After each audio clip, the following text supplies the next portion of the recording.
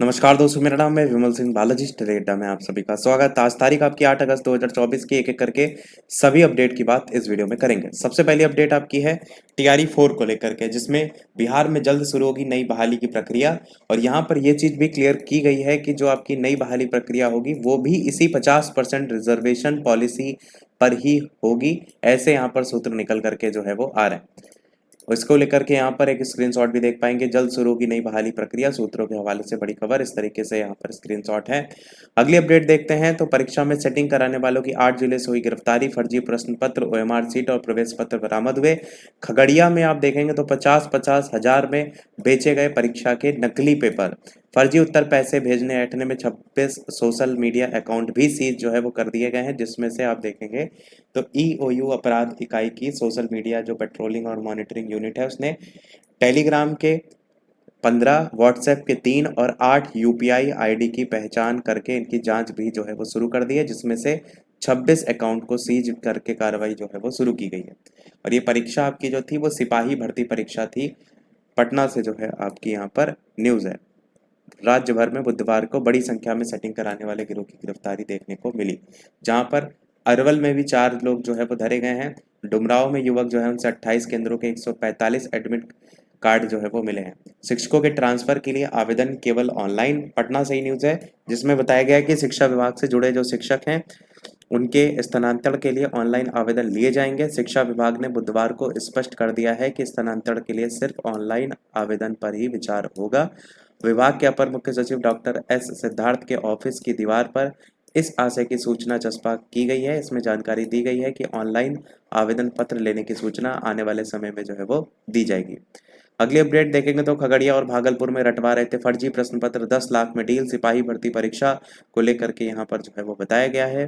साथ ही कैमूर और डुमरांव में सॉल्वर गैंग के 4 गिरफ्तार, 345 एडमिट कार्ड बरामद। छपरा में 3 कोचिंग संचालक धराए गए, 22 ब्लैंक चेक बरामद। इस तरीके से यहाँ पर है। अगली अपडेट सिपाही भर्ती परीक्षा में सेटिंग कराने वाले 26 गिरफ्तार, कदाचार मुक्त हुई परीक्षा। ये भी यहाँ पर बयान देखने को जो है वो मिला है। अगली अपडेट भी सिपाही भर्ती परीक्षा में शामिल हुए 65% अभ्यर्थी। यहाँ पर टोटल जो उपस्थिति है उसकी बात जो है वो की गई है। गणित और करंट अफेयर के प्रश्नों ने उलझाया, उसकी बात भी यहाँ पर की गई।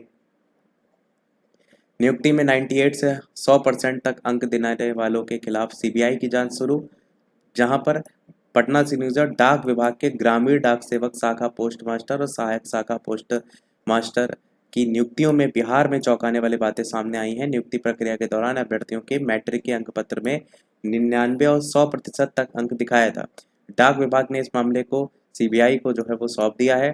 अधिकतर अभ्यर्थियों के मैट्रिक सर्टिफिकेट के जाली होने और इस जालसाजी में अंतर्राज्यीय गिरोह में शामिल होने के संदेह पर सीबीआई ने जो है वो जांच शुरू की है। इसमें भी बताया गया है कि 15,000 से अधिक अभ्यर्थियों में से 221 को मैट्रिक में 100%, जबकि 3,822 को 98 से 99% अंक हासिल थे। वहीं 90 से 97 जो अंक धारक परसेंटेज में है, इनकी संख्या लगभग 12,000 है। इन जगहों से अधिक मिले मामले उसकी भी बात की गई। 2300 पदों के लिए मांगे गए थे आवेदन, उसकी बात भी यहाँ पर की गई है।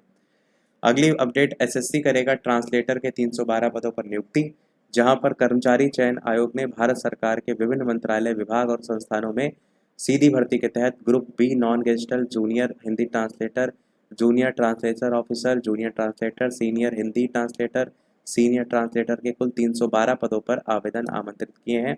पात्रता शर्तों को पूरा करने वाले उम्मीदवार इसमें आवेदन कर सकते हैं। आप कर सकते हैं आवेदन, उसको लेकर के मान्यता प्राप्त विश्वविद्यालय से हिंदी के साथ अंग्रेजी अनिवार्य विषय के रूप में मास्टर डिग्री या अंग्रेजी के साथ हिंदी अनिवार्य विषय के रूप में मास्टर डिग्री प्राप्त करने वाले युवा इन पदों के लिए आवेदन कर सकते हैं। हिंदी से इंग्लिश और इंग्लिश से हिंदी में ट्रांसलेशन का डिप्लोमा या सर्टिफिकेट अगर प्राप्त किया है, उसको भी यहाँ पर मेंशन किया गया है। पद के अनुसार निर्धारित योग्यता के बारे में विस्तार से जानने के लिए अलग से आप नोटिफिकेशन देख सकते हैं। एज लिमिट 18 से 30 वर्ष की है। आयु की गणना 1 अगस्त 2024 से की जाएगी। और परीक्षा के बारे में भी बताया गया है कि बहाली के लिए आयोजित होने वाले जो कंबाइंड हिंदी ट्रांसलेटर एग्जामिनेशन है, इसमें 2 पेपर आपके जो है वो शामिल होंगे। पेपर 1 जो होगा वो कंप्यूटर आधारित परीक्षा होगी और पेपर 2 लिखित या वर्णनात्मक यानी डिस्क्रिप्टिव मोड में होगा। आवेदन को लेकर के अंतिम तिथि 25 अगस्त 2024 की है और आवेदन शुल्क 100 रुपये इसका जो है वो है। साथ ही साथ ये भी बताया गया है कि आवेदन SC ST और दिव्यांग श्रेणी के लिए आवेदन जो है वो निःशुल्क होगा। और ये आपको साइड में वो भी लिंक भी दी गई है। पंचशील उच्च जो विद्यालय उसका बनेगा 4 मंजिला भवन। यहाँ पर पटना सिटी से न्यूज़ है जिसमें बताया गया है कि निर्माण कार्य इसी माह से होगा आरंभ। जिलाधिकारी ने इसको लेकर के निरीक्षण वगैरह जो है वो किया है। अगली अपडेट, शिक्षा का अधिकार के तहत दूसरे चरण में प्राइवेट स्कूलों में 16,846 विद्यार्थियों का चयन। यहाँ पर भी पटना से ही न्यूज़ है। और दूसरे चरण में बुधवार को ज्ञानदीप पोर्टल के जरिए विभिन्न प्राइवेट जो स्कूल हैं उसमें नामांकन के लिए टोटल इतने अभ्यर्थियों का चयन किया गया है, उसी की लिस्ट यहाँ पर दी गई है और जिलेवार भी यहाँ पर लिस्ट बताई गई है। अगली अपडेट है 50% आरक्षण के आधार पर ही प्रधानाध्यापकों की जो है वो नियुक्ति होगी। यहाँ पर जो 40,247 प्रधान अध्यापक की होने वाली नियुक्ति है उसको रोस्टर क्लियरेंस का निर्देश दिया गया है। ये भी आपका जो अभी कुछ समय पहले निकली थी, पटना से न्यूज़ है, उसी की बात यहाँ पर की गई है। अगली अपडेट आपकी है कि पदों की संख्या नहीं बढ़ी तो कहाँ जाएंगे 14 लाख अभ्यर्थी। प्रयागराज से न्यूज़ है जिसमें प्रदेश के अशासकीय महाविद्यालय और अशासकीय माध्यमिक विद्यालयों में शिक्षक भर्ती के लिए तकरीबन 14.33 लाख अभ्यर्थियों ने आवेदन किए हैं। ये 2 साल से भर्ती परीक्षा की तिथि घोषित होने का इंतजार कर रहे हैं। सभी पदों पर भर्ती प्रक्रिया पूरी होने के बाद 14.28 लाख अभ्यर्थी छट करके बाहर हो जाएंगे। अभ्यर्थी चाहते हैं कि पिछले 2 साल में जो भी पद रिक्त हुए हैं उन्हें जो है वो पुरानी भर्ती में शामिल कर लिया जाए। अशासकीय महाविद्यालयों में असिस्टेंट प्रोफेसर के 1017 पदों पर भर्ती के लिए 1.14 लाख और अशासकीय माध्यमिक विद्यालयों में टीजीटी और प्रवक्ता पीजीटी के 4,163 पदों पर भर्ती के लिए 13.19 लाख अभ्यर्थियों ने आवेदन इसमें किए हैं। दोनों भर्ती प्रक्रिया पूरी होने के बाद भी 14 लाख से अधिक अभ्यर्थी चयन से वंचित रह जाएंगे और इसके बाद उन्हें अगली परीक्षा का इंतजार जो है वो करना होगा।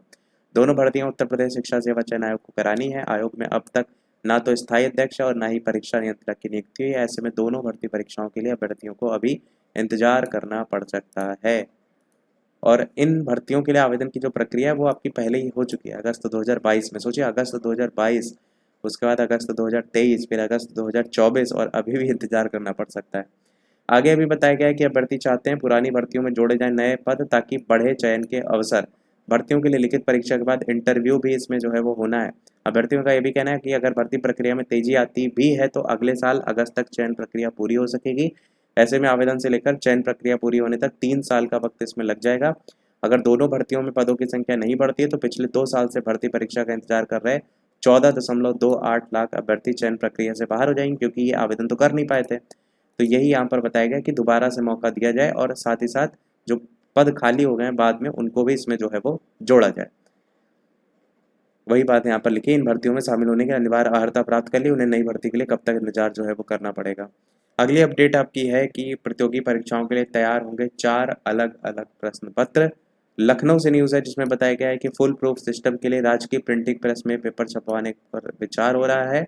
प्रदेश में सरकारी नौकरियों के लिए होने वाले प्रतियोगी परीक्षाओं के लिए 4 अलग अलग प्रश्न पत्र तैयार किए जाएंगे। इसके लिए फुल प्रूफ सिस्टम वगैरह विकसित किया जा रहा है, उसी की बात यहाँ पर की गई है। और यही था हमारे इस ओवरऑल अपडेट में। वीडियो लाइक शेयर सब्सक्राइब अवश्य कीजिएगा। कोई प्रश्न कमेंट में पूछ लीजिएगा। मिलते हैं अगले अपडेट में, तब तक के लिए सभी को नमस्कार, जय हिंद।